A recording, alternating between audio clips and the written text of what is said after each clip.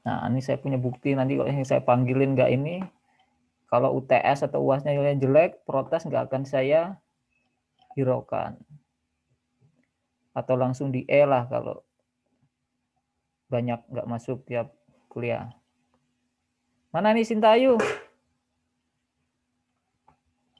Dah di note nih 1 Sintayu. Nggak muncul sampai terakhir, ya wassalam kamu. Terus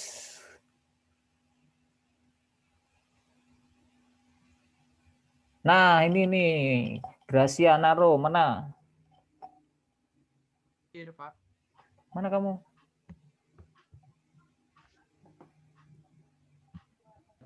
Hadir. Hadir. Nah, untuk materi yang kemarin apa yang kamu dapatkan? Interpolasi dan kurva fitting, Pak. Itu apa interpolasi? Interpolasi itu jadi dia itu mencari nilai kayak misalnya ada data pertama sama data ke-9. Nah, cari nilainya tuh yang di tengah-tengahnya, Pak. Maksudnya di Contohnya kayak gitu. tengah-tengahnya gimana?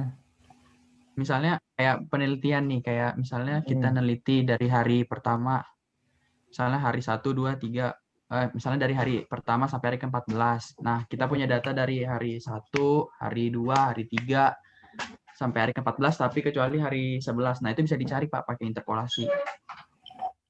Nah, kurang lebih seperti itu ya yang jelasin oleh Gracia tadi. Jadi fungsinya apa sih interpolasi? Saya sedikit briefly lagi ya.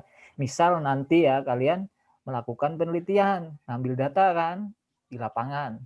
Tiba-tiba ada nih data yang bolong atau entahlah karena sumber datanya, kalau misalkan sekunder sumber datanya nggak ada, atau misalkan pas di lapangan kalian pas hari tertentu itu nggak dapat datanya. Ya, kalian bisa lakukan dengan metode yang tadi namanya interpolasi. Metodenya seperti apa? Yang kemarin rumusnya ya. Saya sedikit inilah buka dulu, share screen dulu ya. Share screen. Terlihat nih screen-nya? Screen saya maksudnya. Terlihat, Pak. Ya, briefly. Nah, kemarin kan ada interpolasi itu linear, kuadrat, polinom. Tapi yang kita bahas kemarin apa? Linear ya. Linear sama kuadrat kalau nggak salah. Nah, gini maksudnya. Linear kuadrat ini depend dari data kalian. Data itu kan nanti bisa dilihat datanya menyebarnya seperti apa. Kalau misalkan data kalian linear, maksudnya linear itu gimana? Ya ketika si nilai X-nya nambah, Y-nya nambah secara linear. Linear itu ya garis lurus berartinya. Kalau kuadrat berarti nambahnya si Y itu kuadratnya si X. Misal contoh gini, misalkan X-nya 1, jangan 1 lah, X-nya 2, berarti Y-nya 4, karena secara kuadrat. Kalau yang linear tadi, kalau misalkan X-nya 2, Y-nya 2 juga, karena linear. Kasarnya seperti itu, tapi dalam realnya data kan nggak persis banget si X-nya 2, Y-nya 2, nggak mungkin kayak gitu. Pasti ada perbedaan dikit. Makanya nanti linear interpolasi linear pasti ada errornya. Jadi fungsinya di situlah. Nah, nanti kalian pakai yang mana? Disesuaikan sama data yang dipunya. Itu banyak, ada linear, kuadrat, polinom, Lagrange. Yang dua ini yang advance lah. Kita nggak usah belajar yang ini untuk materi ini. Nah, kemudian yang untuk materi minggu ini yang akan kita bahas ini tentang kurva fitting. Sebenarnya ini berhubungan kurva fitting sama si interpolasi ini. Mungkin kalian sudah belajar nih di UTS yang regresi-regresi. Ada kan bab di UTS regresi? Ada, Pak. Nah, sebenarnya kurva fitting itu ya regresi tersebut. Nah, sebenarnya apa sih kurva fitting? Nah, kita bahas minggu ini pertemuan kali ini. Kurva fitting. Ada yang tahu definisi dari kurva fitting lah? Dengan bahasa kalian silahkan. Nggak ada yang bervolunteer ya saya panggil. Indah Estri. Oh. Salah sendiri nggak muncul video ya, alamat ketunjuk aja kalian. Apa, Pak? Mana? Apa ya, Pak? Kurva fitting menurut kamu itu apa? Nggak tahu, Kamu nggak Pak. punya, kamu di kampung ya nggak punya kuota ya? Ada, Pak. Terus kenapa nggak ada videonya? Apa, Pak? Ada kan? Ayo apa? Kurva fitting. Nggak tahu kurva, Pak. Kurva. Ya apa pertanyaan jawabannya nggak tahu. Ini aku tandain kamu. Terus minta bantuan soulmate kamu mana? Ada nggak? Nama saya.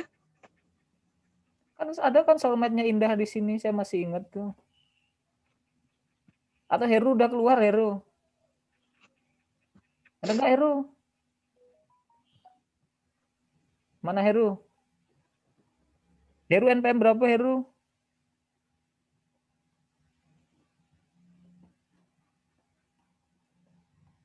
Mana nggak ada yang nyaut nih.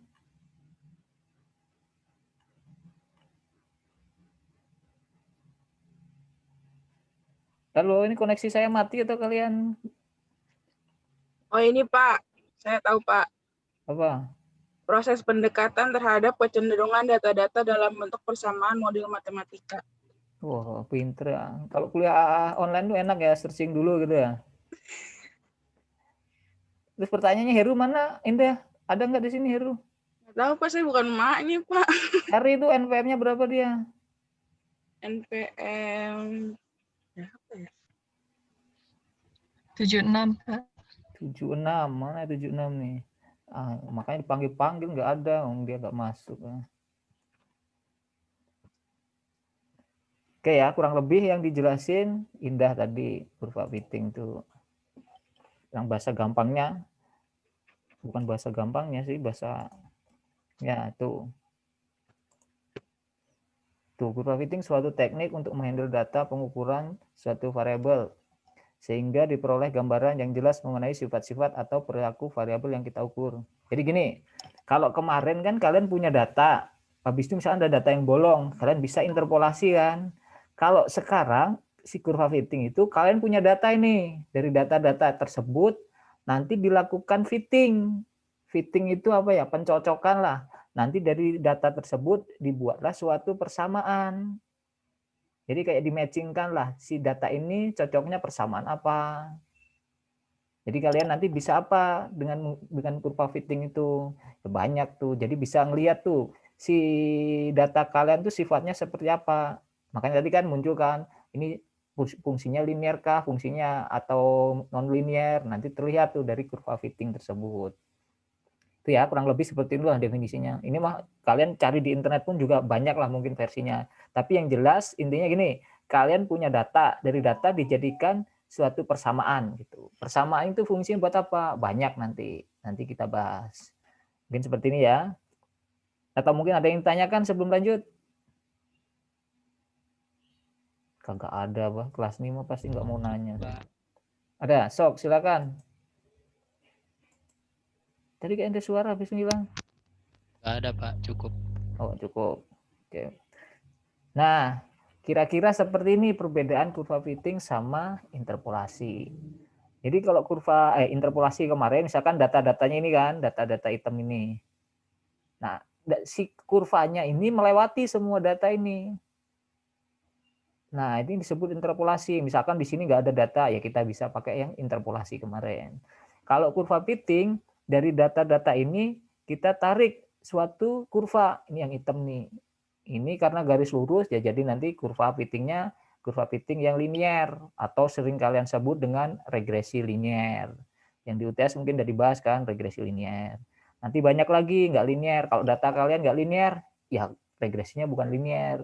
Mungkin eksponensial, mungkin logaritmik, mungkin persamaan, saturasi, dan lain-lainnya.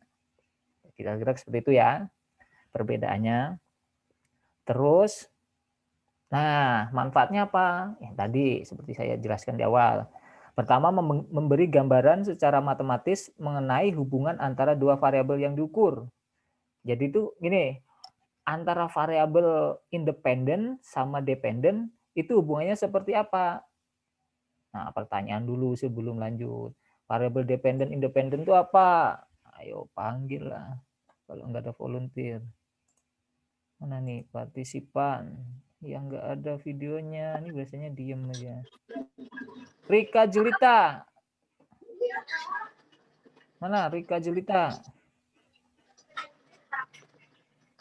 Hadir Pak. Sebelum Ayo. nanya dulu Pak Bayu Pak, Ntar Rika dulu, habis ini Bayu. Oh ya, siap. Rika, Hadir, Pak. apa Rika? Variabel bebas sama terikat apa? Atau dependent independent? Variabel bebas itu yang apa? Yang tidak dipengaruhi. Kalau variabel terikat yang dipengaruhi, Pak.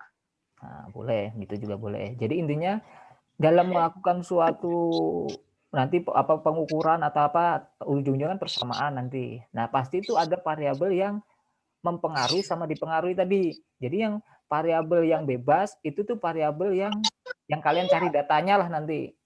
Nah, nanti dari data itu tersebut mendapatkan suatu variabel kan dari hasil analisis atau pengolahan, dapatlah variabel dengan variabel bebas, variabel independen. Siapa ini di mute dulu nih?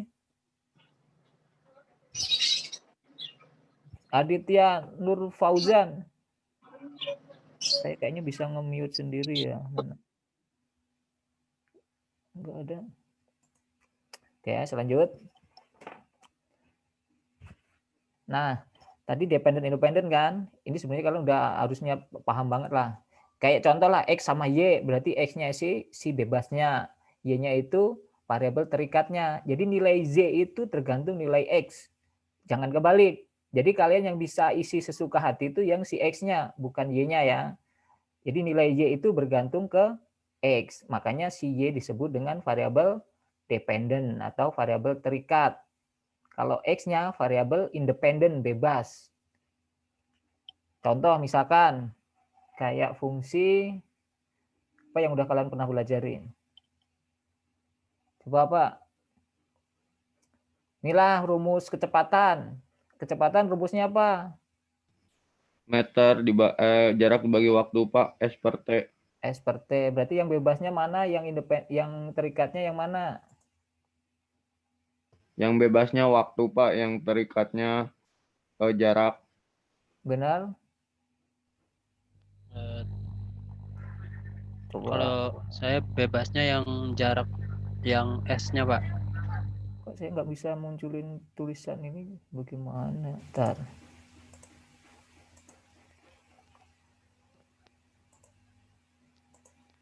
Oh, ini.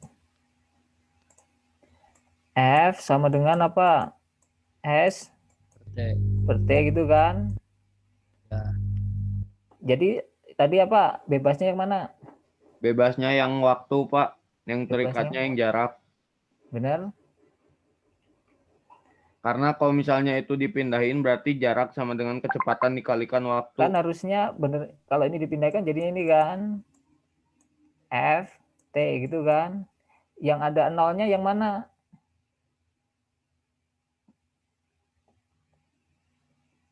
Ya bisa S0, bisa F0 ya. Ya sebenarnya ini mah tergantung. Kalau ini kan bisa aja si F-nya yang sebagai bebas atau ini sebagai terikat.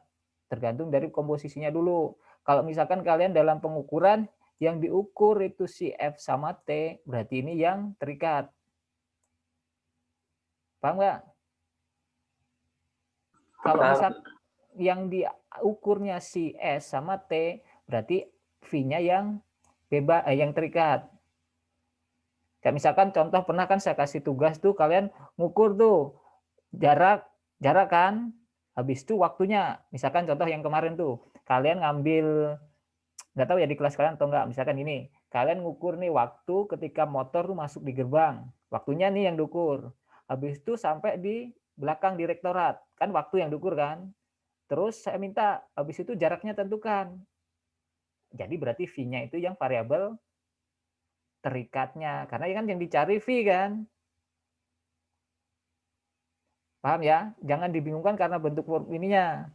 Terus kalau misalkan pertanyaannya diganti, kalian ngukur waktu nih ketika motor masuk ke gerbang Unpad misalkan. Habis itu sampai gerbang rektorat, itu waktunya diukur. Habis itu kalian cek tuh kecepatannya di speedometer misalkan. Terus ditanya jaraknya berapa? Ya berarti jaraknya yang sebagai variabel terikat atau dependennya. Kalau misalkan kalian udah definisikan menentukan seperti itu, harus disesuaikan. Tapi kalau pertanyaannya seperti ini, misalkan nggak ditentukan fungsinya seperti ini, ya berarti yang kiri itu yang terikat, yang kanan itu yang bebas. Itu ya, buat biar pemahaman kalian lagi lah. Oke, kurang lebih itu. Coba Bayu tadi yang ingin tanya, silakan Bayu.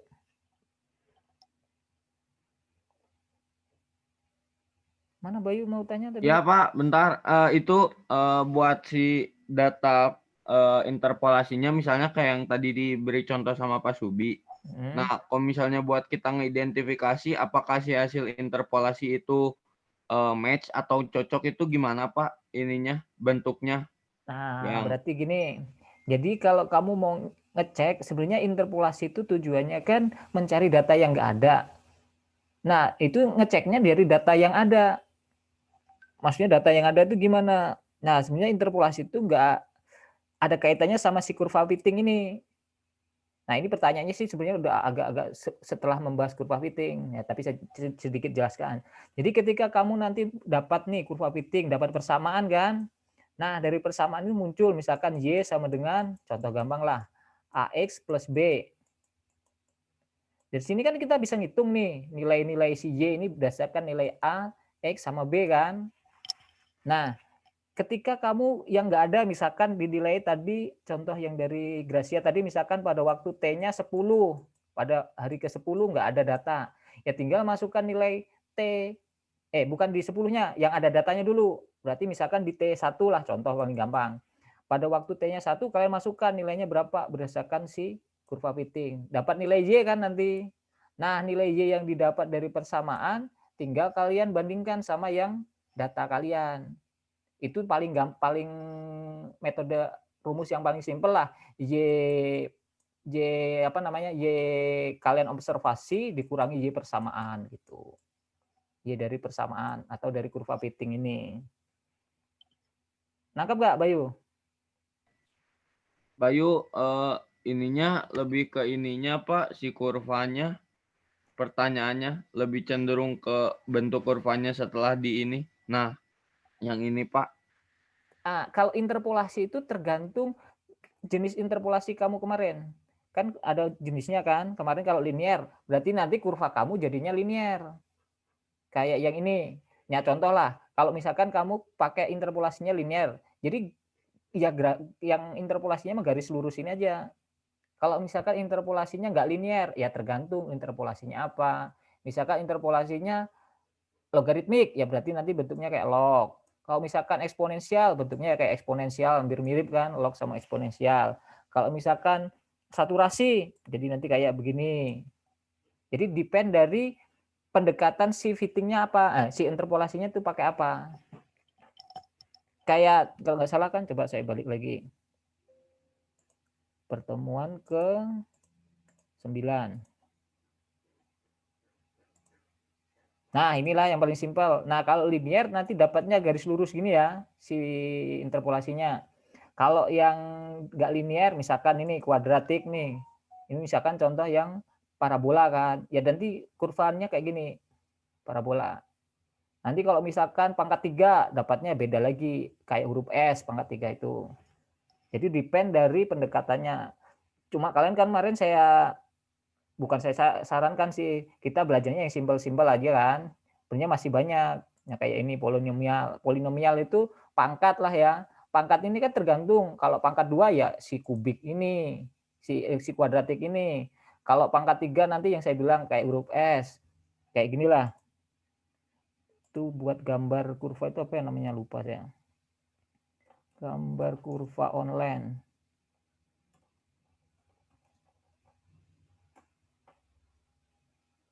Desmos yang salah. Contoh. Ini apaan banyak banget nih.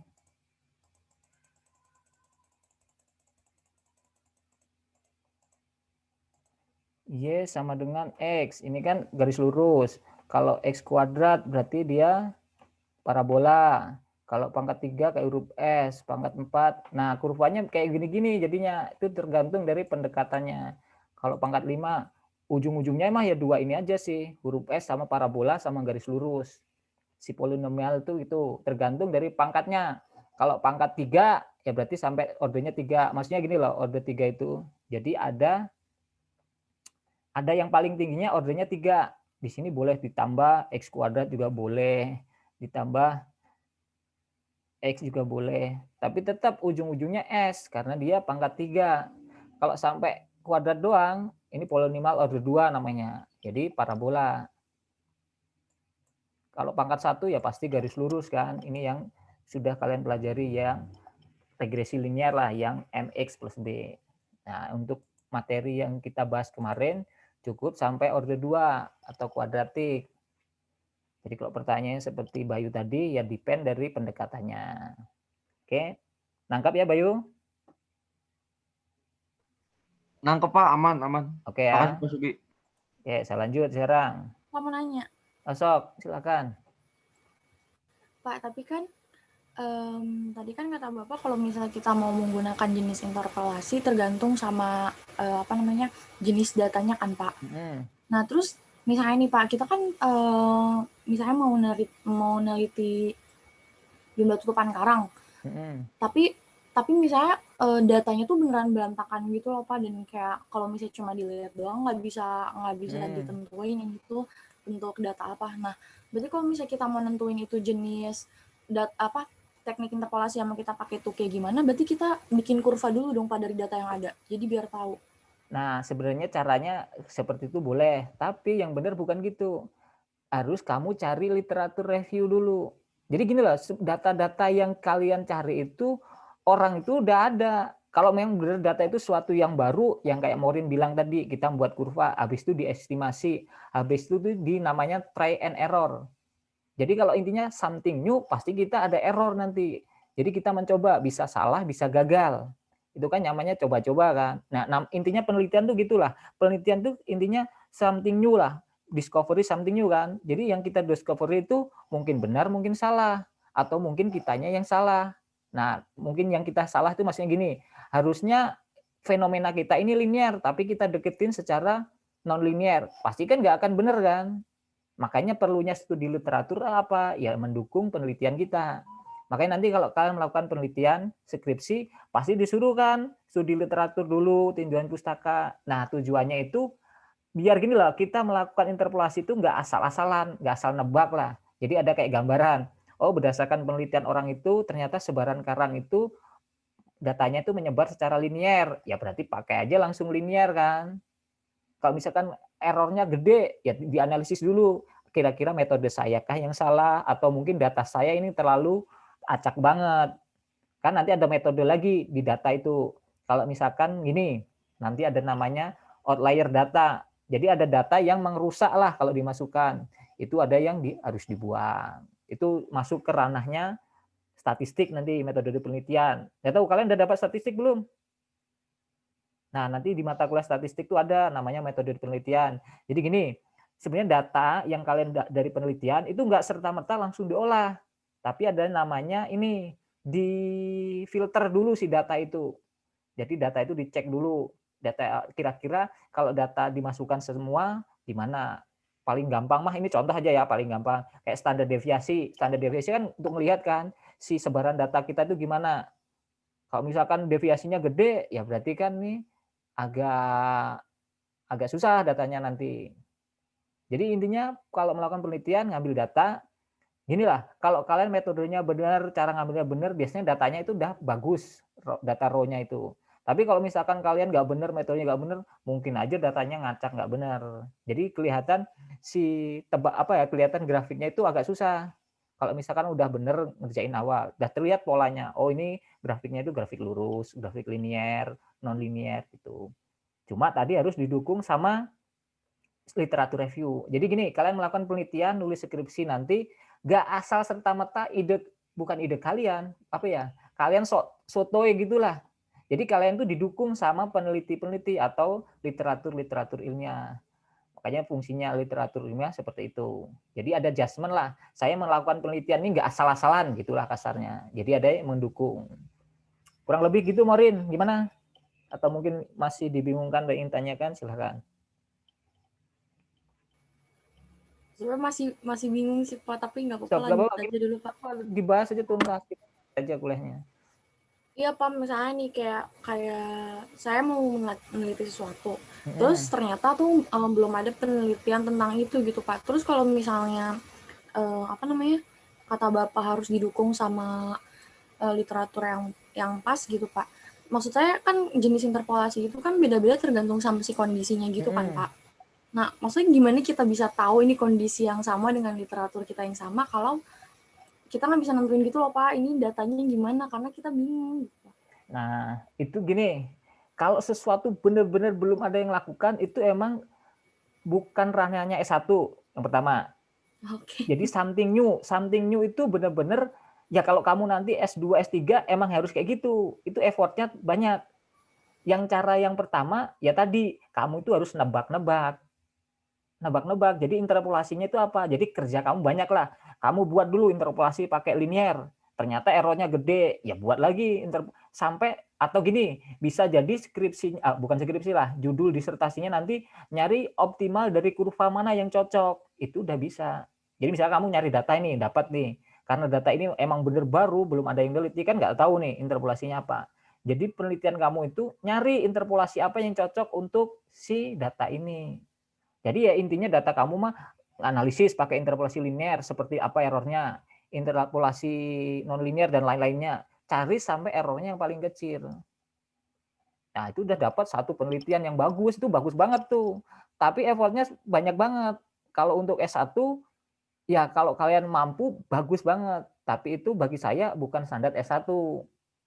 Karena effortnya apa? Pasti nanti kamu harus validasi data, verifikasi data, terus metodenya harus benar. Nah, ini sesuatu yang enggak simpel.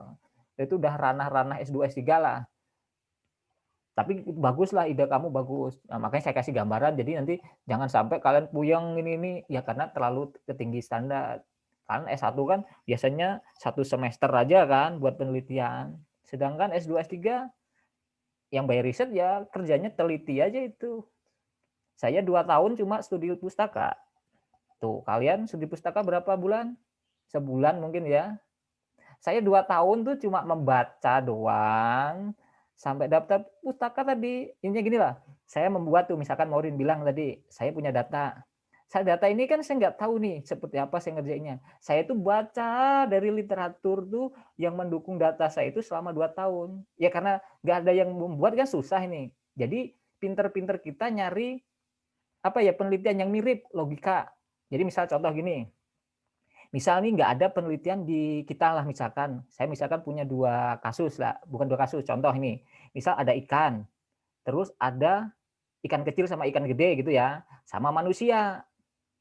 Logikanya gini, si ikan kecil ini dimakan yang ikan gede, nangkep ya, terus ikan gede saya panen.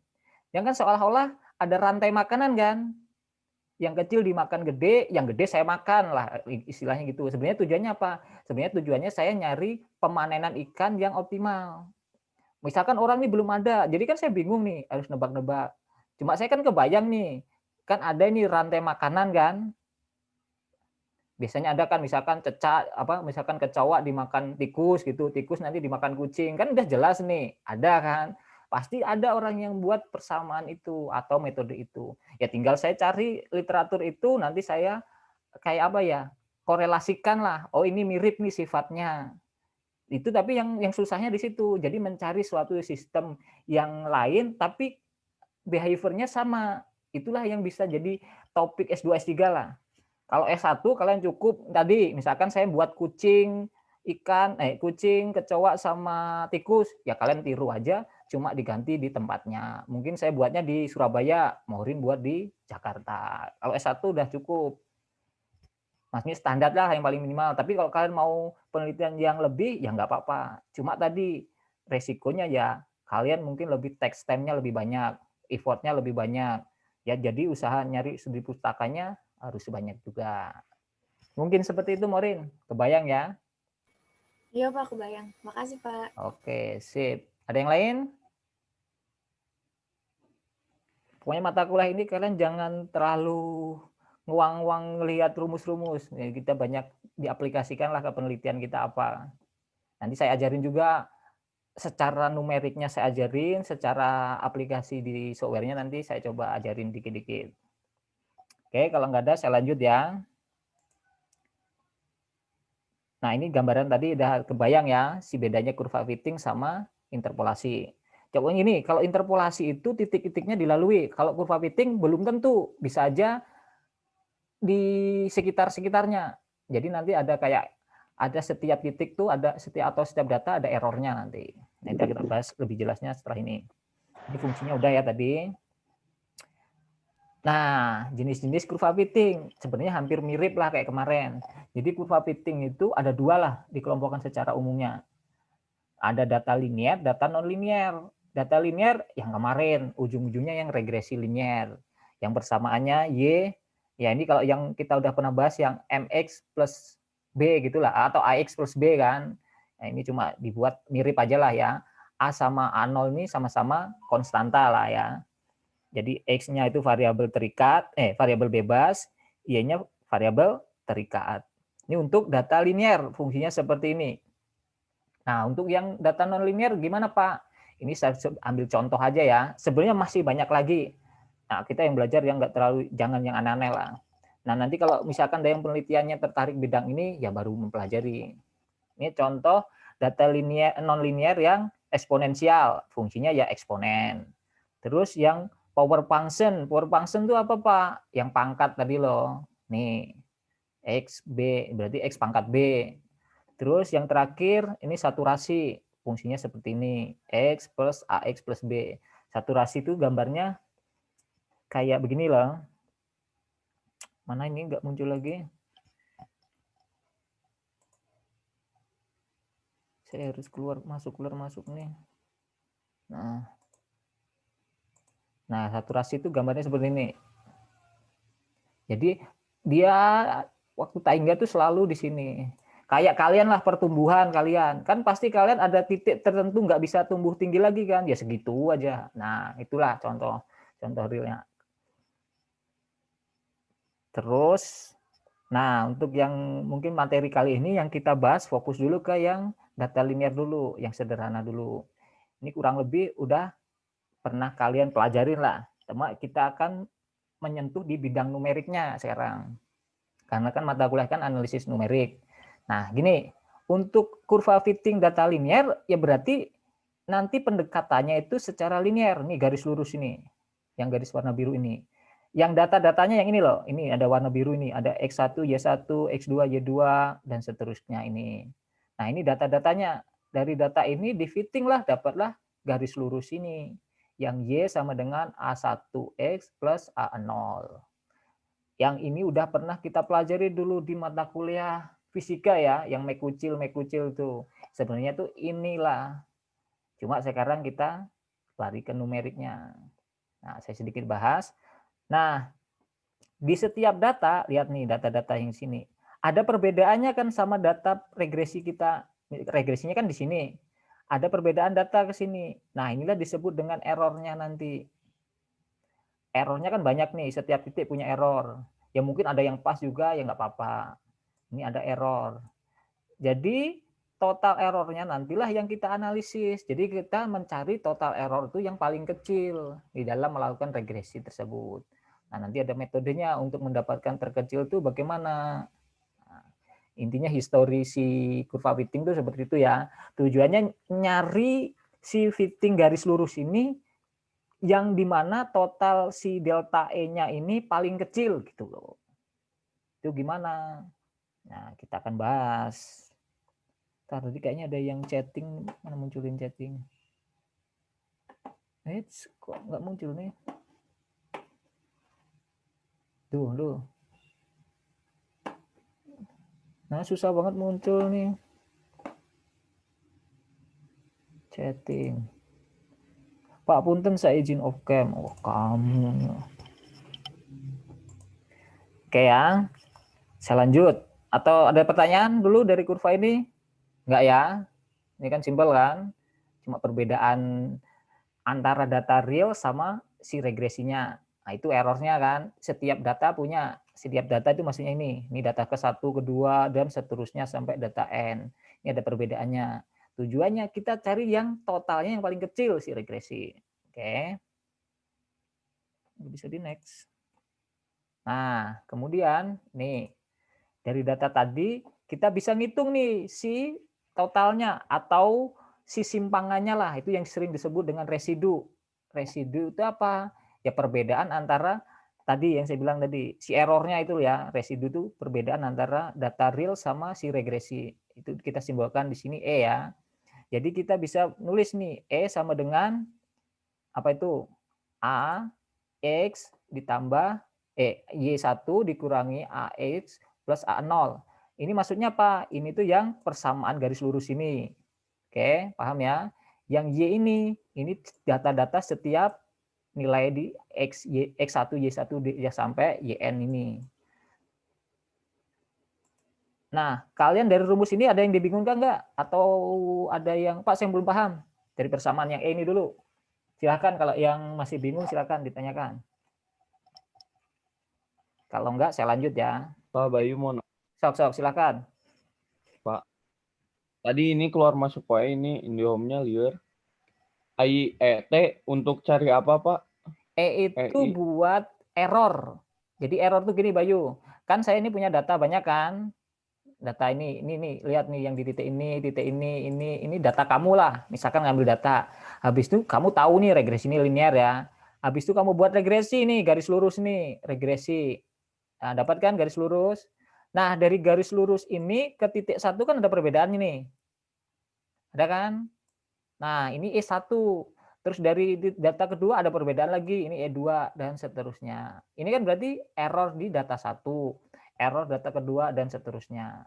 E itu error atau simpangan lah, simpangan data kita dari regresi tersebut. Rumusnya kayak gini, I itu maksudnya indeks data keberapa. Kalau misalkan I1 ya berarti sini Y1 nanti. Kalau misalkan E2 di sini Y2 atau data kedua gitu. Paham Bayu? Paham, Pak. Nah, oke. Ada yang lain?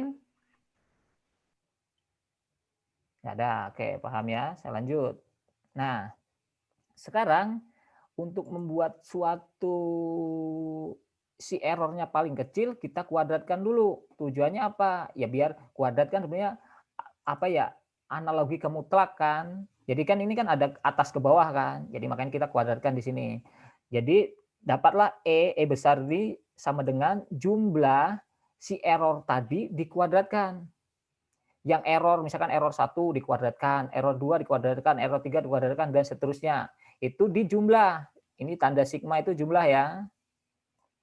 Paham ya di sini? Nah, kalau dijabarkan seperti ini. Oke. Oke, di sini nggak ada yang tanyain. Oke, selanjut.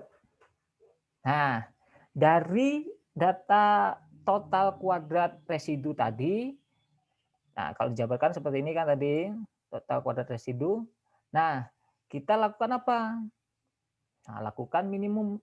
Karena kita kan mau nyari yang minimal kan tadi, si error yang paling minimal. Nah, minimal function itu apa?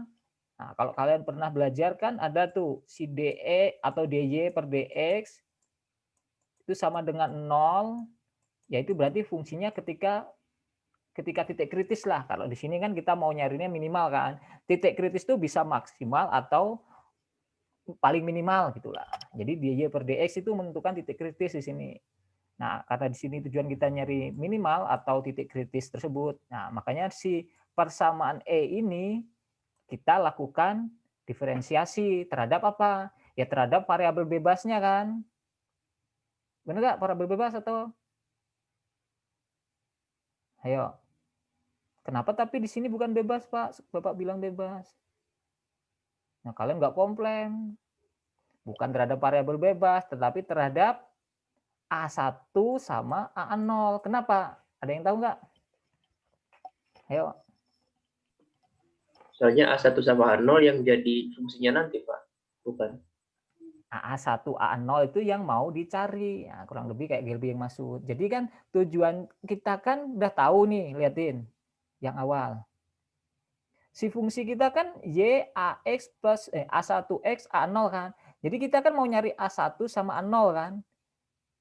Jadi ya makanya yang kita turunkan si E-nya ini terhadap A1 sama A0. Karena kita tujuannya mau nyari nilai A1 sama A0. Jadi biar fungsi ini diturunkan, bukan terhadap X-nya ya. Nah, oke, paham ya di sini? Terus turunkan terhadap A0, A1 dulu ya, terhadap A1 sama A0 nih. Nah, turunan biasa kan? Ini mah harus udah familiar kan, kalkulus sudah dapat kan kalian. Ini turunkan terhadap A0, dapatnya seperti ini. Kemudian ketika sama dengan 0, jadinya seperti ini kan. Ini duanya pindah ke kiri kanan kan jadi 0, 2 kali 0. Jadi sigma ini yang ke bawahnya juga sama, ini terhadap A1. Dapatlah seperti ini. Coba dari sini pahami dulu.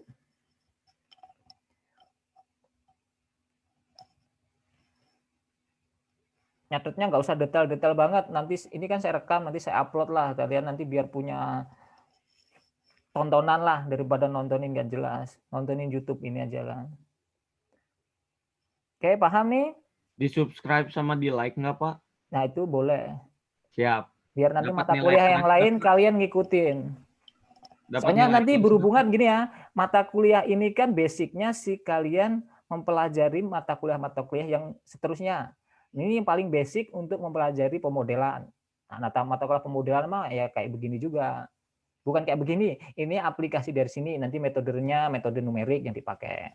Jadi kalau ya gini lah, saya senang, bukan senang sih, kalian harus bersyukur karena di kelas kalian ini yang baru bener-bener agak nyambung lah nanti. Kalau yang angkatan atas kalian itu kasihan karena numeriknya nggak belajar ini, jadi pas pemodelan agak ya mungkin 1-2 yang benar-benar bisa.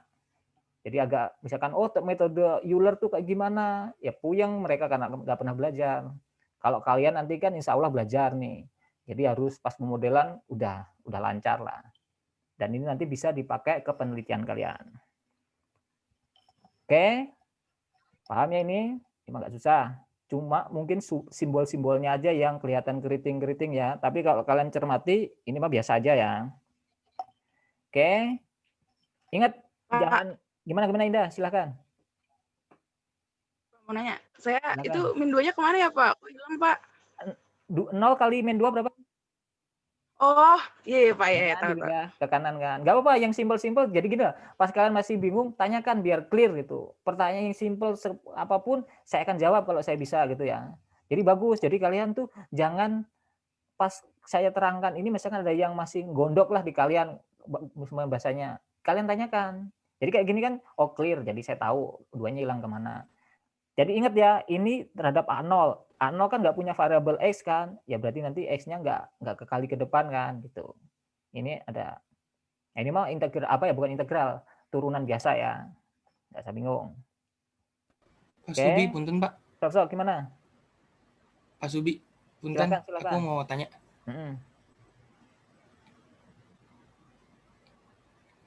Mana Raymond? Itu kan kan ini apa ya, di diferensial kan Pak. Terus 2-nya kan itu kenapa jadi -2 ya Pak? Yang mana ya? Ntar pas saya salah nulis. Oh ini kan ada minus Raymond. Itu kan itu kan? Ya ini ada minus kan nih. Iya. Kan minusnya jadi ke depan nanti kalau pas diturunkan. Nangkep nggak? Kan turunannya kan. Gimana Pak? Putus-putus Pak, maaf Pak. Ini turunnya kan -2 ini kan sebenarnya kan lari ke sini kan. Atau saya Iya. Ya ini kayaknya nggak ada minusnya lah ya. Kayaknya salah nulis aja. Ini nggak apa-apa lah, ini hilang. Jadi kan kalau pindah ke kanan kan juga hilang juga ya. Nah bagus tuh. Nah kayak gini-gini kan kalau kalian cermat kan jadi tahu kan. Ya sebenarnya kan nggak mempengaruh tapi itu nggak bener gitu ya. Nangkap ya maksudnya salahnya di mana gitu ya. Terima kasih Pak. Oke ya. Iya, tapi Pak, makasih, Pak. Tapi ujungnya tetap sama kayak gini maksudnya persamanya. Oke ya. Nggak ada, saya lanjut. Nah, setelah dapat fungsi ini tadi, ini kan diminimalkan udah punya 2 fungsi kan, fungsi pertama sama kedua. Nah, kemarin kalian mungkin udah belajar tuh yang sistem persamaan, harusnya ada di UTS ya. Jadi kalau misalkan kalian punya persamaan Y sama dengan AX plus B, yang kemudian yang keduanya ada lagi, itu kan bisa diselesaikan solusinya kan? Nangkep nggak maksudnya? Misal inilah, ini si si X-nya, ini Y, ini X kan? Nah ini sama juga kan? sistem persamaan linear. Nah, nanti dapatlah persamaannya seperti ini dari fungsi ini tadi. Ini dicari solusinya lah. Solusinya seperti inilah muncullah. Nah, kalau sekarang ya kalian mah nggak usah bahas ini. Kalau nggak salah kan udah pernah dibahas di fisika kan, si persamaan ini, walaupun metodenya nggak sama seperti ini, tapi intinya sama lah hasilnya nanti. Waktu Mekucil kan pernah kan belajar ini. Intinya dari persamaan ini tadi, dua persamaan sistem linear ini, dapatlah hasil yang ini. Ini dengan menggunakan metode Cramer kalau ini. Kalau yang lebih simpel mungkin yang waktu di fisika dulu, nanti dilihat lagi ya videonya untuk mendapatkan persamaan ini. Saya ingin menunjukkan intinya A sama A0 itu mirip waktu kalian belajar yang dulu fisika. Ntar saya cek ada nggak slide-nya. Tadi saya buka-buka juga. Nah ini, kalau kalian ingat, ada kan dulu pernah nih, kan mirip kan? Dulu kalau nggak salah saya udah nerangkan cara dapatnya rumus ini seperti apa gitu kan. Mana slide show-nya? Tuh, ada kan dulu. Ada videonya seingat saya, nanti coba yang ingin memperdalami lah, nanti dicek lagi. Intinya sama tuh ya rumusnya, regresinya. Oke ya, saya lanjut. Nanti untuk menyingkat waktu nanti kalau kalian masih bingung ya ini silahkan dilihat videonya lagi. Nah, intinya mendapatkan A0 sama A1 di sini tujuannya. Setelah itu ya selesai. Tinggal kita masukkan di sini kan ke regresi ini, dapatlah fungsi Y sama dengan A1X, A0X. Dapat kan? Udah selesai. Tinggal di kurva di fitting. Jadi kalian bisa melakukan namanya tadi estimasi lah, prediksi, dan lain-lainnya. Nah, sekarang coba ini ada contoh soal kalian kerjakan. Nah, dari contoh soal ini. Mungkin saya buka dua ya. Gimana? Nih. Sama yang ini. Nggak kelihatan dong. Kalian tulis rumusnya dulu lah, soalnya dulu lah. Nih. Coba kalian kerjakan nih.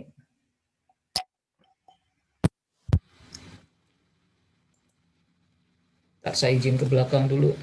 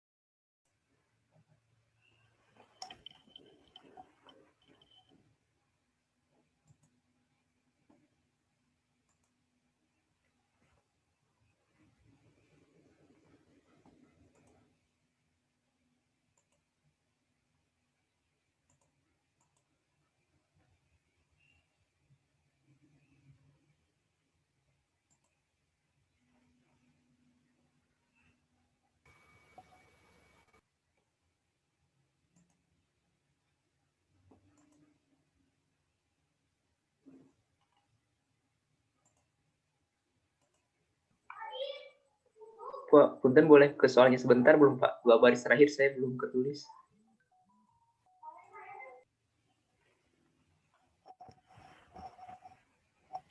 Oke Pak, terima kasih. Udah Pak.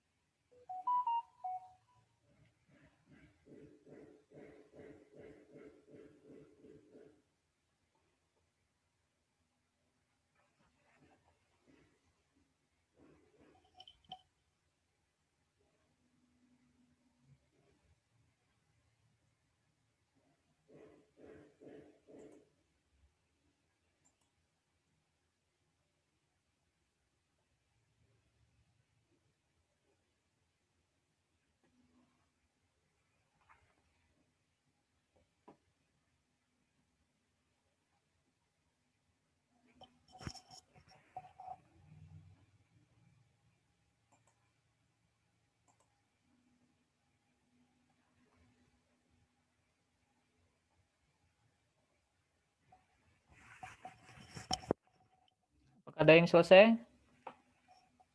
Puyeng nggak? Nggak apa-apa, nanti kalian lanjutin ya, nanti daripada waktunya lama-lama. Atau udah ada yang udah selesai? Nah, kalau enggak nanti samakanlah sama jawaban yang saya udah buat. Siapa tahu jawaban saya salah kan nanti. Nah, pertama kan diketahui N-nya 6 kan. N itu apa? Jumlah data. Nah, ini kan datanya ada 6. 1, 2, 3, 4, 5, 6. Data kita 6. Kemudian apa? Dicari sigma XI-nya. Jadi total si apa X-nya tinggal di apa? Mana muncul nih? Nah, tinggal di jumlah aja kan. X1, X2 sampai XN. Halo, nih kelihatan nggak? Kayaknya unstable saya. Saya mau jawab lagi nggak? Halo, suara saya jelas nggak ini? Jelas, Pak. Jelas Pak. Jelas, Pak. Oke, saya kira soalnya dosennya lagi di kampung nih, lagi di laut deng saya kan. Isinya agak susah nih. Oke ya, saya lanjut. Habis itu cari sigma Y-nya. Ya tinggal menjumlahkan yang ini tadi, data Y-nya dijumlah semua gitu kan. Bisa gampang lah, nggak pakai kalkulator. Dapat 51,2, yang tadi 4,2. Terus yang terakhir sigma I XI-nya dikuadratkan dulu. Jadi setiap nilai X-nya dikuadratkan. Habis itu ditambah semua, dapat 3,64.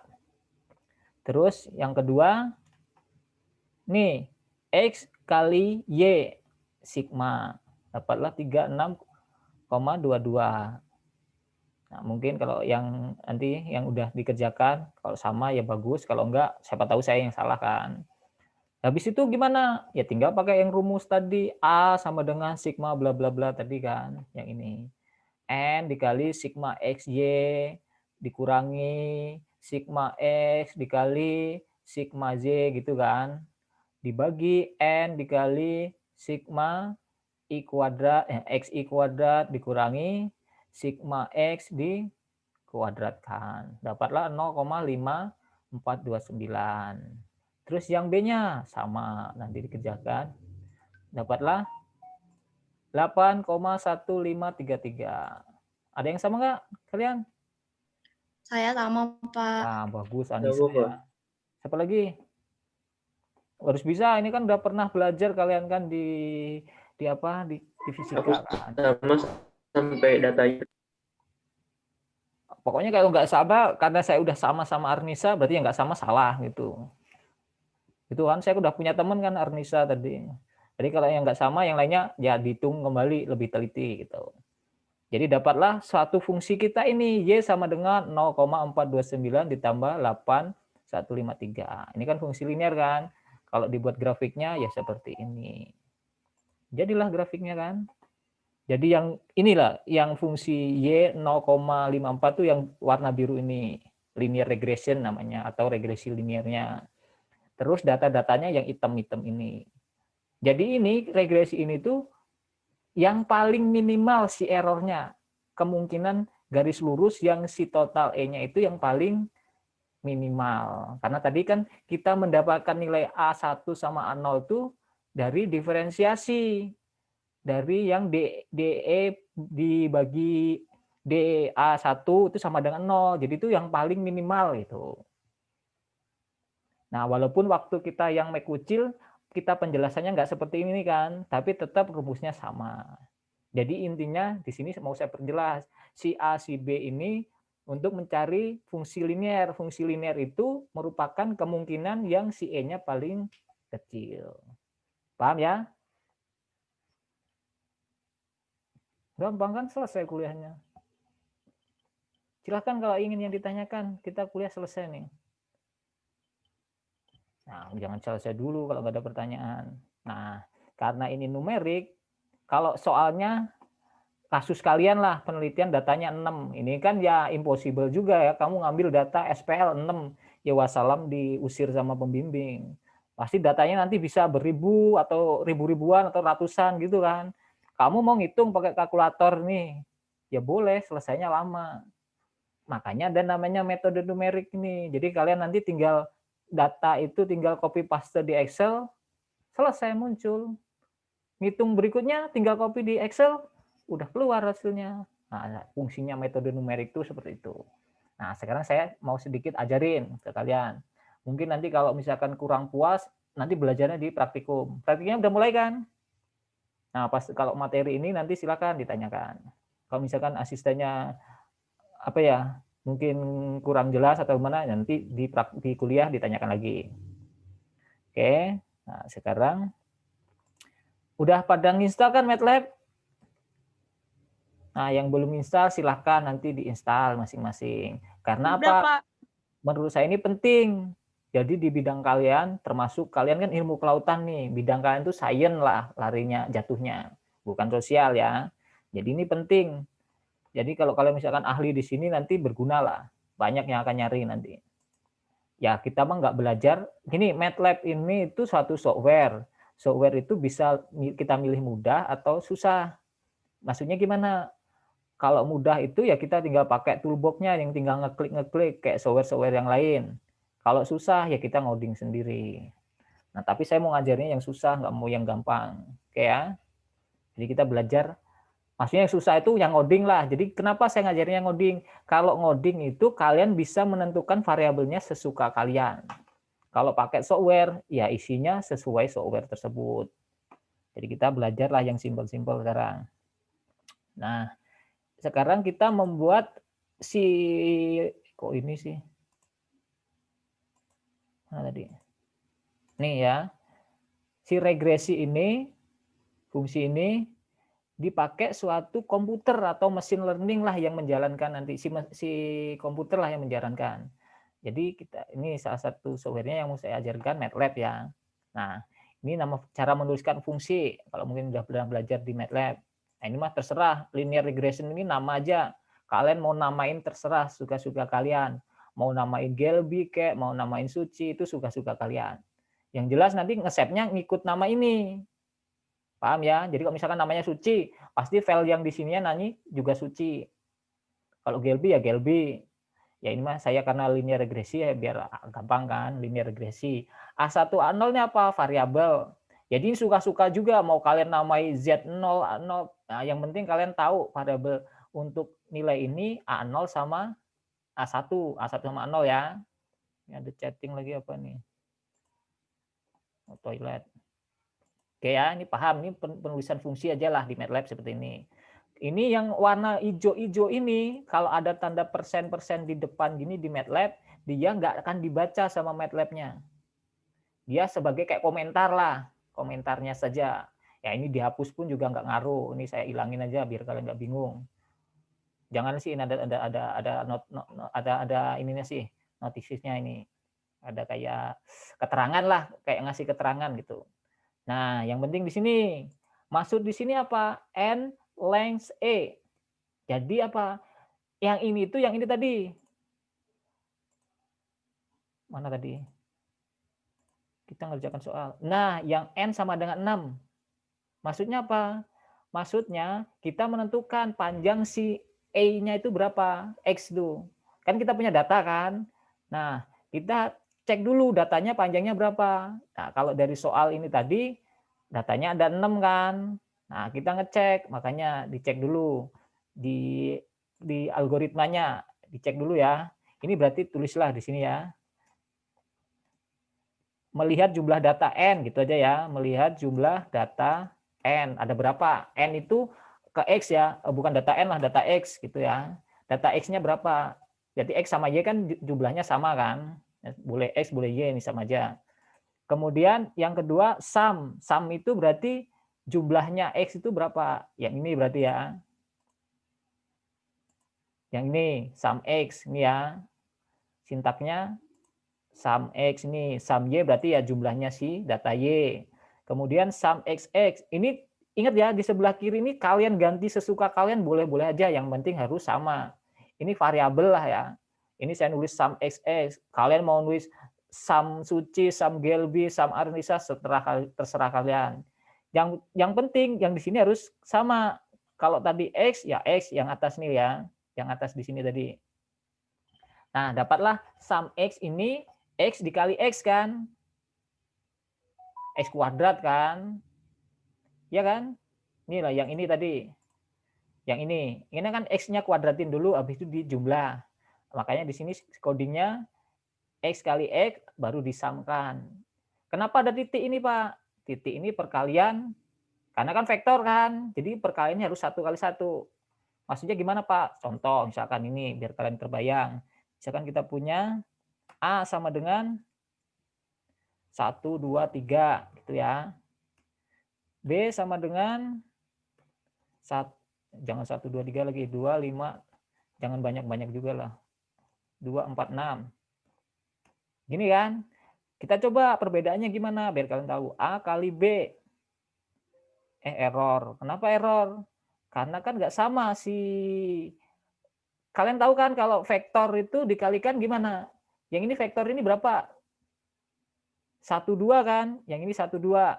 1, 2 dikali 1, 2 bisa nggak suatu vektor? Nggak bisa kan? Harusnya 1, 2 sama 2, 1. Berarti coba kali ini. A kali B transpose. Tuh baru bisa kan? Ini maksudnya apa, Pak? Pasti ada yang nanya nanti. Ini apa? Maksudnya dari baris ditranspose jadi ke kolom. Paham maksudnya? Ini kan bentuknya baris kan awalnya, ke arah ke kiri semua kan. Ke sini kan baris namanya. Kalau saya kasih tanda caping atau apa namanya ini, terserah kalian namanya apa. Caping 1 ya. Nah, kalau saya gitu jadi transpose yang jadi dari baris jadi ke kolom. Nangkap ya? Tenang, nanti saya rekam ini jadi kalian nanti bisa ulang-ulang lah videonya. Nah, maksudnya itu. Kenapa kok ini titik, Pak? Karena kita tujuannya bukan perkalian vektor, tapi perkalian titik. Kalau ini perkalian vektor itu perkalian silang gitu-gitu kalau nggak salah ya istilahnya. Perkalian titik. Jadi gini, perbedaannya apa? A kali B. Tuh, bisa kan? Jadi maksudnya gini, setiap elemen ini dikalikan. Berarti ini A11 dikali B11. A12 dikali B12. Setiap elemennya. Ini kan berarti 1 kali 2 kan? Jadi 2. Bener kan? Terus yang kedua, 2 dikali 4. Jadi 8 basian. Dan seterusnya. Dikali 6. Jadi 18. Bedanya apa, Pak? Sama yang perkalian ini tadi. Titik tadi. Ya perkalian vektor ini tadi. Kalau perkalian vektor berarti gini. Bisa nyoretnya di Di sini bisa nyoretnya. Saya sedikit ulang lagi ya. Bukan ulang sih, ngingatin kalian lah ya. Nih, perkalian vektor. Misalkan tadi kita punya vektor A 1, 2, 3. B-nya juga 1, 2, 3. Ini nggak bisa dikalikan kalau perkalian vektor. Karena apa? Ini 1, 3, ini 1, 3 kan. 1, 3 itu maksudnya barisnya 1, kolomnya 3. Kalau perkalian vektor kan harus baris sama kolomnya sama kan. Kalau ini dibalik maksudnya ditranspos, jadinya berapa? B sama dengan 1, 2, 3. Ini nyebutnya gimana? 3 baris, 1 kolom gitu kan. Ya kan? Baru bisa dikalikan. Karena apa? Karena ini sama kan, 3 dicoret. Jadinya apa? Kalau A dikali B transpos, ini transpos lah ya. Jadinya apa? 1, 1 kan nanti. 1, 1 maksudnya apa? 1 baris, 1 kolom. Berarti pasti nilainya 1 nanti. 1 nilai lah berapa? Ya seperti ini tadi yang ini kan nanti nggak dicatat, nggak apa-apa, nanti videonya ada kan. Seperti yang di MATLAB ini tadi. Kalau di transpose kan nilainya 28 doang kan. 1 nilai saja kan. 1 nilai itu sama dengan apa? Ya 1 baris, 1 kolom kan. Ingat kalian mindsetnya sekarang jangan nilai angka, tapi lihatnya vektor sama kolom ya. Vektor sama matrik. Kalau vektor itu apa Pak? Kalau vektor itu entah barisnya, entah kolomnya itu cuma 1. Jadi kayak satu data gitulah. Kalau matriks itu apa? Ya kumpulan si vektor-vektor tadi. Jadi ada barisnya banyak. Biasanya matriks itu matrik yang 2x2. Berarti ada barisnya ada 2, kolomnya ada 2. Paham ya? Kalau vektor 1, 1, 2, berarti itu barisnya 1, kolomnya 2. Atau kebalikannya 2, 1.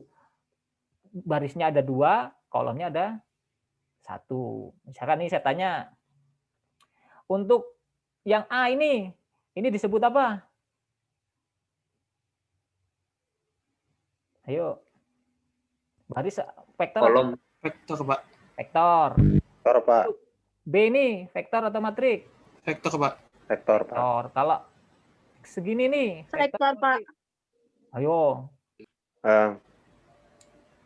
Matriks. Matriks, Pak. Karena kan dia punya 2 kolom.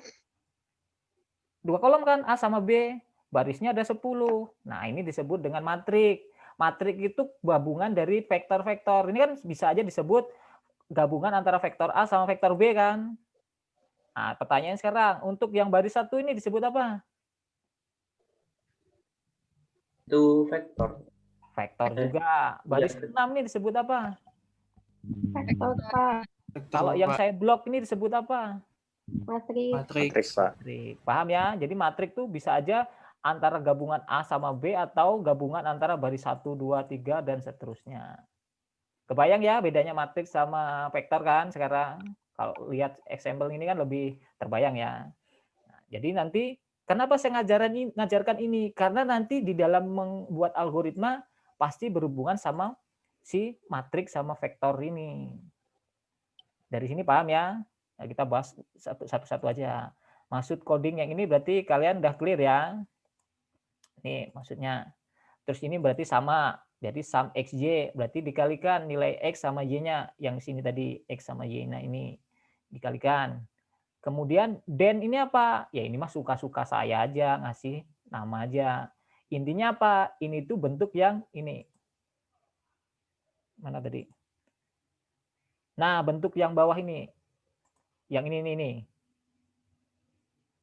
Nah, saya definisikan den. Kalian mau nulisnya nanti terserah. Mau nulisnya Raymond kah atau apa. Yang penting n dikali sum x dikurangi sum x kuadrat. Lihat nih. N dikali sum x kan. Atau x kuadrat. Dikurangi sum x dikuadratkan. Ini dalam penulisan si sintaknya tadi. Tuh, kan sama kan? N dikali sum sx itu apa? Yang ini kan, x dikuadratkan baru disamkan. Kalau yang sum x, nah tanda caping 2 ini maksudnya Ya sama aja kayak ini. Pangkat lah. Ini loh maksudnya caping 2 nih. Caping 2, misalkan kalian punya X sama dengan 2. X kali X, ya 4 kan. X caping 2, ya 4 juga. Sama. Jadi kuadrat gitu. Kenapa saya nggak nulis di sini caping 2, Pak? Ya boleh ditulis caping 2 gini juga boleh. Ditulis yang kayak gini. Saya tulis gini ya. Copy.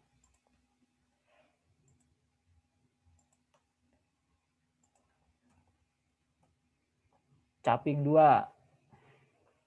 Tapi ingat, di sini harus dikasih titik. Karena perkalian apa? Perkalian titik. Kalau nggak dikasih titik, nggak akan bisa nanti. Misal contoh ya, biar kalian lebih paham lagi. Misalkan kita tadi punya AB kan? Atau jangan AB lah, A aja lah ya. A sama dengan 1, 2, 3.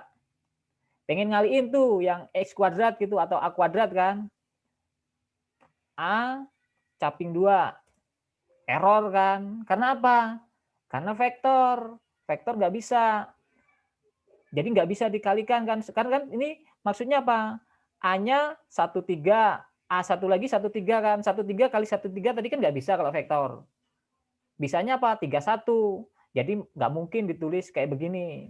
Nggak bisa lah dikalikan si vektor. Kalau bukan nggak bisa, maksudnya nggak bisa nulis kayak begini. Bisanya gimana, Pak? Ya harus kayak gini. A dikali A ditranspos. Baru bisa kan? Paham maksudnya? Kebayang kan? Jadi A caping itu nggak bisa buat mendefinisikan kuadrat untuk vektor ya. Tapi kalau perkalian titik bisa. Maksudnya gini, A titik kuadrat. Tuh, muncul kan? Karena dia antara A kali A gitu loh. A11 kali A12 ya, yang kayak tadi lah. Jadi kalau perkalian titik itu bisa tulis kayak gini. Makanya ini saya tulis gini tuh bisa. Karena ini perkalian titik yang kita mau. Kalau perkalian vektor, nah ini nggak akan muncul nanti error. Paham ya? Nah, biar kalian apa ya, pahamlah di coding-coding yang gini. Ini coding yang dasar. Nanti kalau bingung nanti diulang-ulang lah si video ini. Oke, ini sama si sum xy. Ini alternatif ya, kalian jangan bingung nanti kalau bingung. Terus den ini yang tadi saya bilang, yang ini ya. Bagian ini. Kemudian yang terakhir A1 sama A0-nya. A1 sama 0 itu berarti yang ini. Berarti kan fungsi ini dibagi den kan. Tuh. Berarti kan n dikali sum xy dikurangi sum xy dibagi den. Nah, den itu yang fungsi ini. Sebenarnya kalian nggak mau mendefinisikan den juga nggak apa-apa. Tapi ini langsung dipindah ke sini. Maksudnya gini loh, maksudnya. Ini saya copy langsung ke sini. Tapi dikasih kurung sini ya. Tuh. Tapi ini dibuang. Itu sama aja. Tapi yang bawahnya harus ngikut juga. Itu ini biar mensimpelkan lah tadi saya buatnya. Itu ya maksudnya. Ini sama A0. Udah selesai. Dapat nilai A sama B kan. Kalau udah dapat nilai A sama B, tinggal kita plot kan. Sama dengan fungsi Y, sama dengan apa tadi? Mana tadi fungsinya? Ini kan AX plus B lah gitulah. Atau A1X plus A0. Ya dibuatlah di sini. Ini A1, X, I ini maksudnya indeks ya. Jadi data ke-1, data kedua, dan seterusnya. A0 ini nilai yang didapat dari sini tadi. Ini A1 yang dapat dari sini lagi. Ini apa Pak? L nih. Ini buat vektor, membuat vektor si L. Vektor tahu kan tadi? Yang tadi loh. Jadi vektor L. N1. N1 itu maksudnya apa? N kan dari definisikan tadi apa? Jumlah dari data X. Kalau misalkan datanya 6, berarti nanti kita punya vektor L apa? 6 baris, 1 kolom. Berarti bentuknya kayak gimana? Melintang ke sini atau ke kanan? Ke bawah. Ke bawah kayak gini. Jadi kita mau buat vektor L itu ke bawah seperti ini. Yang kayak ginilah. 1, 2, 2-nya kebalik. 2, 3, 4, 5, 6. Jadi vektor L-nya kayak gini. Bukan 1, 2, 3, 4, 5, 6. Kalau yang ini namanya 6, apa ini? 1 baris 6 kolom. 1, 6. Jadi di sini kalau mau mendefinisikan seperti itu, ya di sininya dibalik 1N gitu lah. Karena ini N1 berarti dia bentuknya nanti kolom, bukan baris ya. Gitu aja maksudnya. Oke, paham dari sini? Terus habis itu nanti di looping 1 sampai N. Maksudnya itu dihitung dari mulai data pertama sampai data N. Data N itu apa? Ya jumlahnya. Kalau N-nya 6 tadi ya 6. Nah, nanti dilakukan persamaan. Ini yang Y-nya tadi loh. Tapi ini saya simbolin si L. Biar nggak bingung-bingung sama yang atas. Ini mah simbol-simbol aja, terserah kalian. LI itu maksudnya apa? I di sini untuk menunjukkan data keberapa yang mau dihitung. Ya berdasarkan yang atas ini kan. Berarti nanti ada 6 data. Karena kan kalau ini N-nya 6 kan, ini maksud 1 sampai 6 itu maksudnya tuh kita punya 1, 2, 3, 4, 5, 6. Jadi kita punya 6 data kan. Jadi si L-nya nanti dihitung nih, L1 berapa? Ya berarti dimasukkan I1. L2 berapa? Tinggal diganti I-nya I2, X2 lah maksudnya ya, X3 dan seterusnya. Oke, selesai. Ini mah plot biasa. Plot itu buat membuat grafik lah. Berarti tinggal ngeplot X-nya apa, Y-nya apa. Selesai. Kita coba ya sekarang. Misalkan tadi ini bukannya datanya. Atau yang ini ya? Nah, ya yang sheet 2. Nah, ini ya datanya, berarti sheet 2. Nah, saya ajarin juga sekalian kalian. Nah, ini CLC itu apa, Pak? CLC itu buat, kalau misalkan di command window kalian nih, ini ada command window kan? Ini banyak nih, Pak, jelek-jelekin. Tinggal saya CLC. Ngapus si command window. Command window-nya hilang. Komen-komen di window-nya. Terus clear all ini apa, Pak? Clear all. Clear all itu buat ngapus si variabel yang ada di MATLAB ini yang kita udah running. Kan kita running tadi pasti muncul-muncul variabel kan nantinya di sini di workspace ini. Nah, ini mau saya hapus. Kenapa saya hapus, Pak?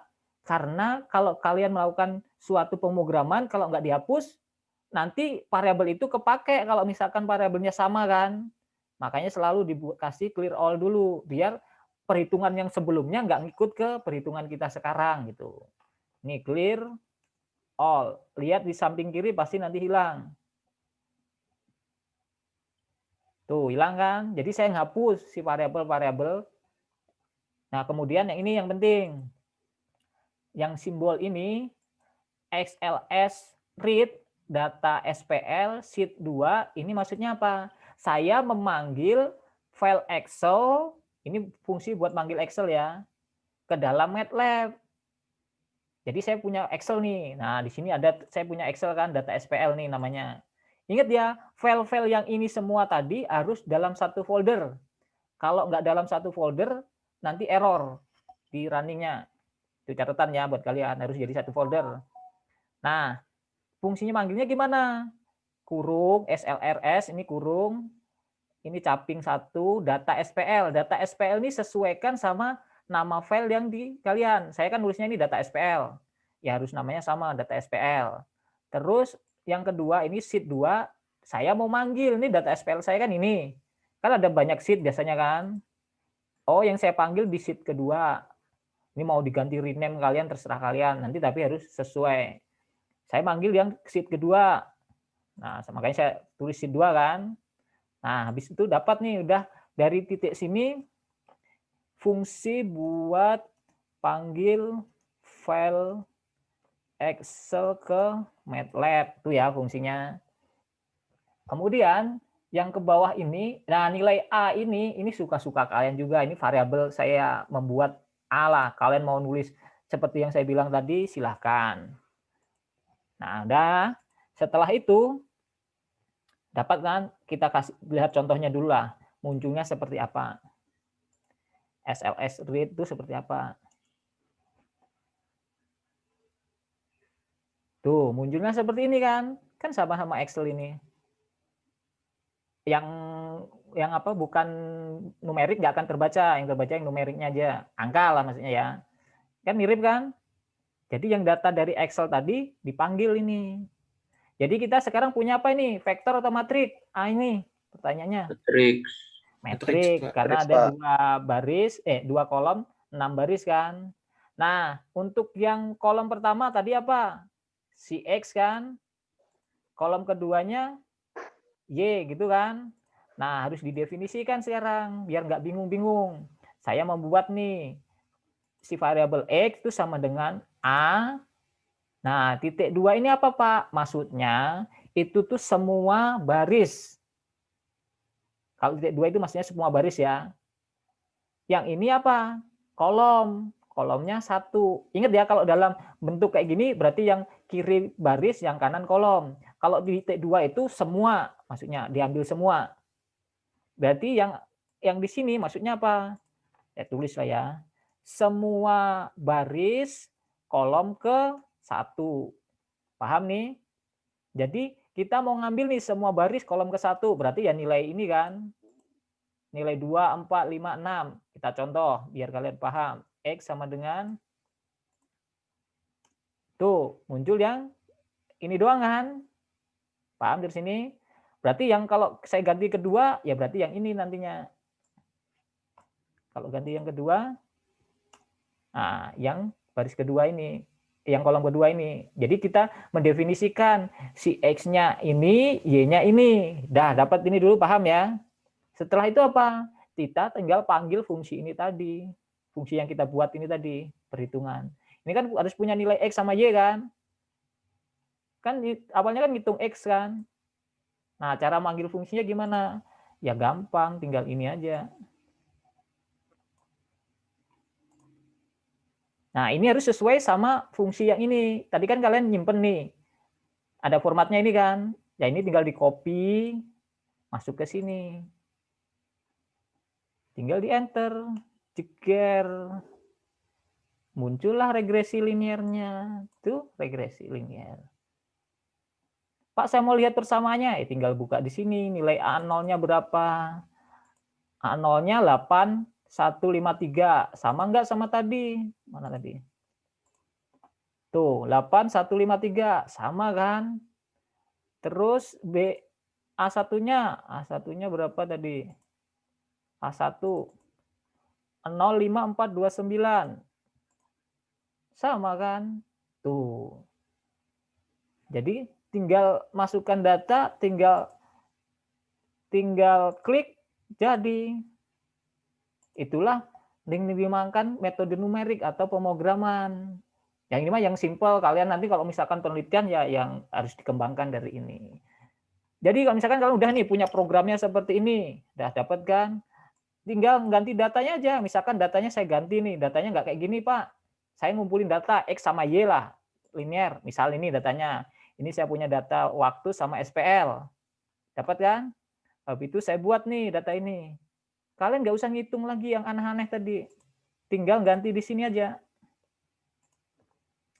Kita kan udah simpen di sini kan, SPL nih ya, data SPL ini tadi. Di file data SPL, sheet 1 kan berarti ini kan. Sheet 1 ingat ya. Tinggal saya ganti aja di sini sheet 1. Sheet 1. Jadi si ini udah codingnya itu manggil data sheet 1, bukan sheet 2 lagi. Tinggal di running lah. Sudah berubah. Sudah. Ya mirip kan, datanya kan regresi linear juga. Yang membedakan di sini. Ini mah yang tadi. Ntar saya ulang.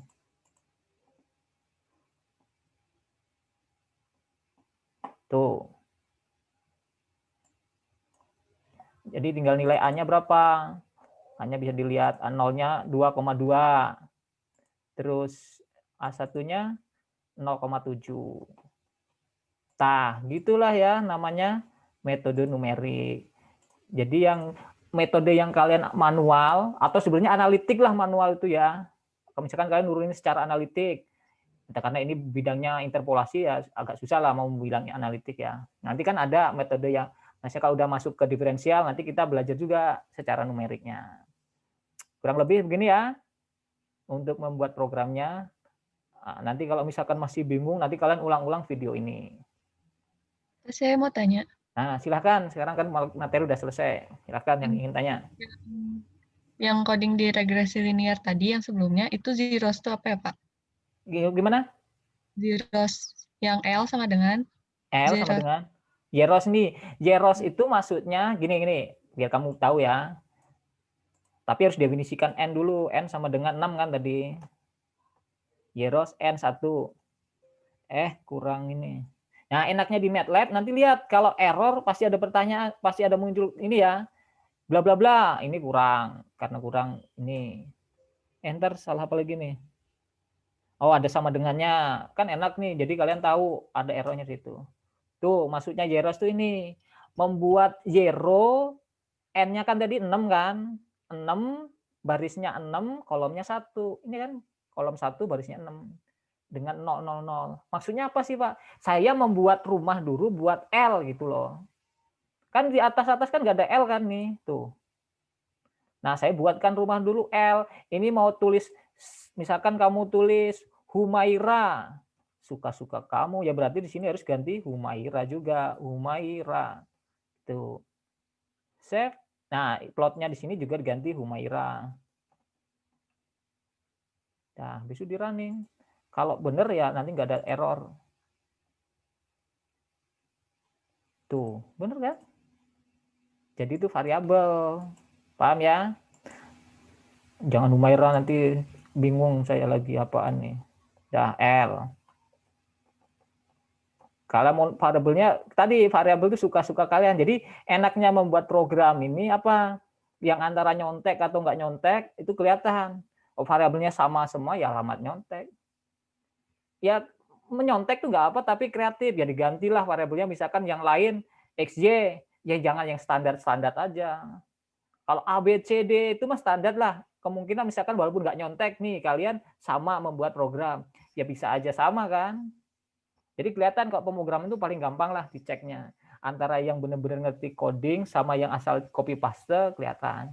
Jadi kalau misalkan salah dikit aja, misalkan di sini salah ya, misalkan L-nya ini H, pasti nanti nggak akan jalan. Padahal salah sedikit kan, tuh ada tulisannya line ini tidak sesuai datanya. Padahal itu sesuatu yang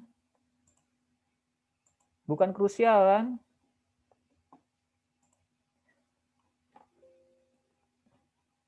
Jadi dia nggak bisa diplot kan linearnya. Balikin lagi H, nanti kalian salah kan. Jadi muncul di sini, ini variabel H itu tidak terdefinisikan ya karena memang nggak ada kan hanya tadi. Jadi enaknya di MATLAB tuh di apa ya muncullah notifikasi salah di mana kalau programnya nggak jalan. Oke seperti itu, Maira, gimana? Nangkep ya? Pak, saya mau tanya lagi Pak. Nah silakan. Di MATLAB saya kesulitan ngebedain 1 sama L Pak. Itu tuh bedanya gimana ya? Ini 1 angka. Ya nanti kamu hampir mirip gitu loh Pak. Nanti apa ada videonya, ini 1 ya. Saya ganti jangan L lah kalau gitu ya. Kalau enggak gini aja lah, L gede biar kamu nggak bingung. Nah, L gede. Nah, bagus lah ada. Dari variabel aja ya Pak. Buat kalau misalnya 1 itu kan bukan variabel kan. Kalau 1 itu angka. Jadi gini lah, kalau yang di sebelah kiri itu variabel gitu aja. Ini A1 mau ditulis AL juga boleh kalian nanti. Oke. Pak. Terima kasih Pak. Oke, yang lain silahkan. Mau nanya Pak. Nah, mangga. Buat yang lain 26 itu kan ada X, Y, tanda kutip O. Nah, yang tanda kutip O-nya itu buat apa ya? Tanda kutip buat O. Nih. Mana nggak muncul nih? Nih. O, plotnya biar muncul bulat-bulat gini. Kalau misalkan saya ganti, nah, kalian nggak apa nanya yang gitu mah jadi dapat ilmu kan? Saya ganti bintang. Bisa. Pasti yang jelas nanti bintangnya bulatnya berubah.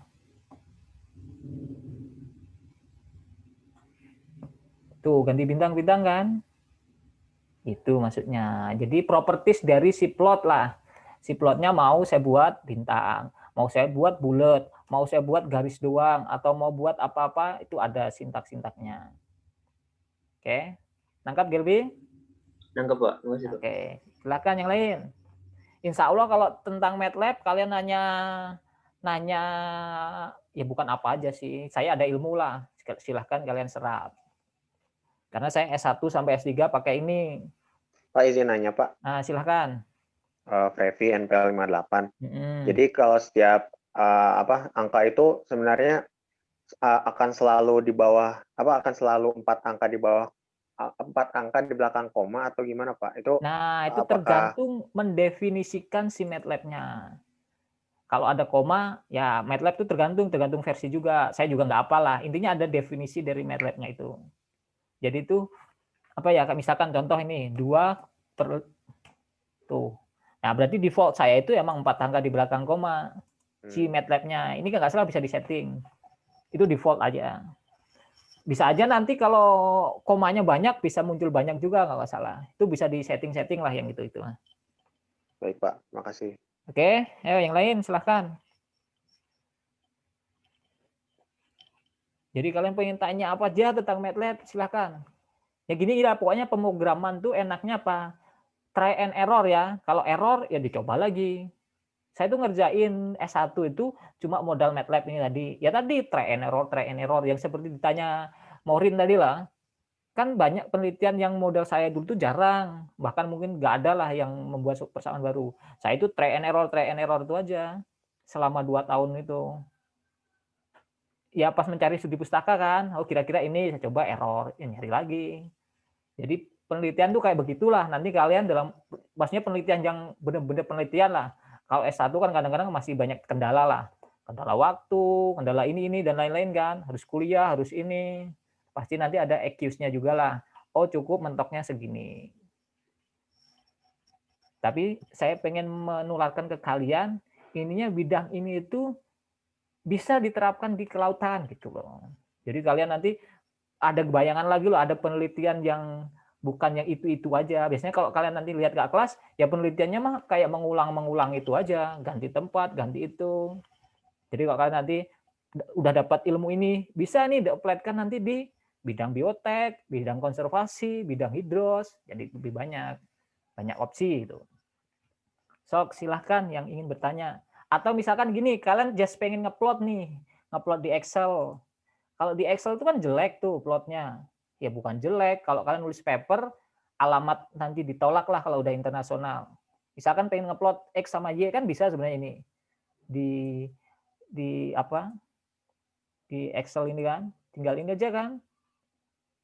Tapi ini nggak scientist itu maksudnya apa? Plotnya itu kurang, ya kalau di jurnal-jurnal itu suka nyebutnya dia kurang profesional lah plotnya. Ya tinggal kalian kalau udah pernah belajar MATLAB, ya tinggal plot di sini aja kan.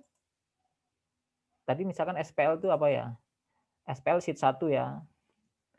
Saya ajarin nih yang simple aja. Sheet 1. Kita panggil nih, sheet 1 kan ini kan. Sheet 1. Jadi kita punya data ini kan. A kan. Tinggal plot. X-nya apa? Berarti X-nya A. Semua baris ini kan. Y-nya apa? A, semua baris kolom kedua, gitu kan. Jadi maksudnya ini, kalau yang tadi kan saya udah definisikan nih, X-nya A ini kan, ini sama aja lah ya. Plotnya masih plot ini. Tuh, dapat plotnya kan. Ntar bisa dimodif-modif lah, tinggal diedit inilah, di itu. Nah, bisa dikasih legend, dikasih apa, ini banyak opsinya. Nah, itulah mungkin sedikit tambahan buat kalian dari saya. Sok, yang ingin bertanya silahkan.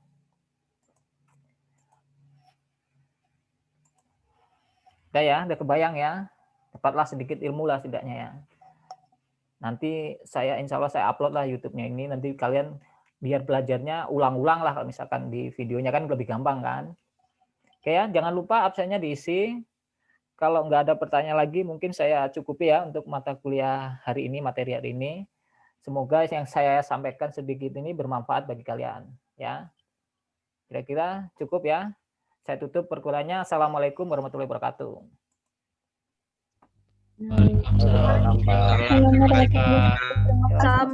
Makasih Pak. Selamat weekend. Terima kasih banyak, Pak. Terima kasih. Jelas, Pak. Sebanyak, Pak.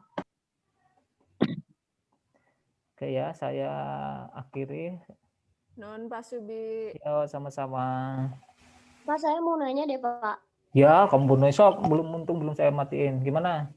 Enggak, itu terkait absensi. Kan katanya yang minggu kemarin tuh absennya manual kan yang Nah, belum saya absen karena masih di Kang Pijar kan tugasnya itu. Belum saya minta. Itu gampang tuh Mas, nanti saya absen.